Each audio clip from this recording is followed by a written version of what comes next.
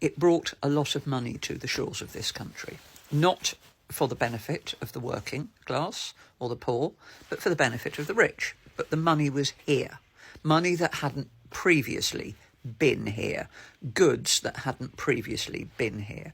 And all those things required people to deal with them, and those people started to earn money. And often it wasn't a great deal, but some of those wealthy people were philanthropists, so they built museums and they endowed universities and they built schools. Look up people like Cadbury and Bourneville, that was a bit later on, but yeah. So that money came here, and a lot of that money kind of then dug in to the country. It made better roads, it built houses. Wealthy industrialists built sod-off great big mills. Then they realised they had to house their workers, and they built houses for them. Now, we look back at them, and some of those houses were horrific. But when people first moved into them, they were a distinct step up. So your ancestors may have, for example, started life as one of the real rural poor, and I mean they had a particularly horrid time of it, moved to one of the cities, managed to get a job in perhaps a mill, and their life was particularly horrible. But their children had an opportunity to learn because they were in the towns. They maybe could do a little bit better because for the first time their parents were earning some money. Maybe they could get a job very young with maybe the baker or the butcher or something. Some of them, of course, would have gone into the mills, and some of them, quite a lot of them, would have died. They would have married.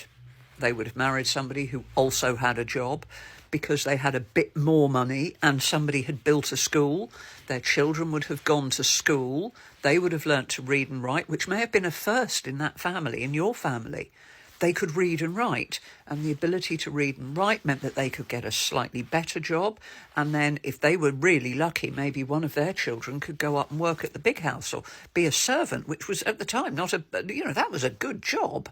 You were warm, you were clothed, you were fed. It was hard work, and to our eyes, all this looks particularly unpleasant. But at the time, it was allowing people to climb up the ladder.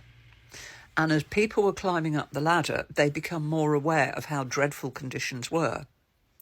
And the conditions that we consider unacceptable now, at one time were the absolute norm for most people. So this country has benefited enormously over the generations.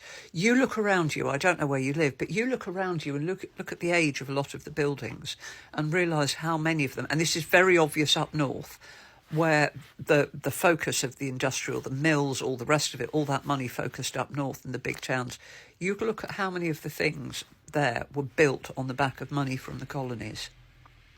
And then you look at your table and think how many of the things that you eat were built on the back of the colonies. So yes, it might not have been intended to benefit you, and your ancestors didn't decide to do it, but all of us in this country are benefiting from colonisation still today.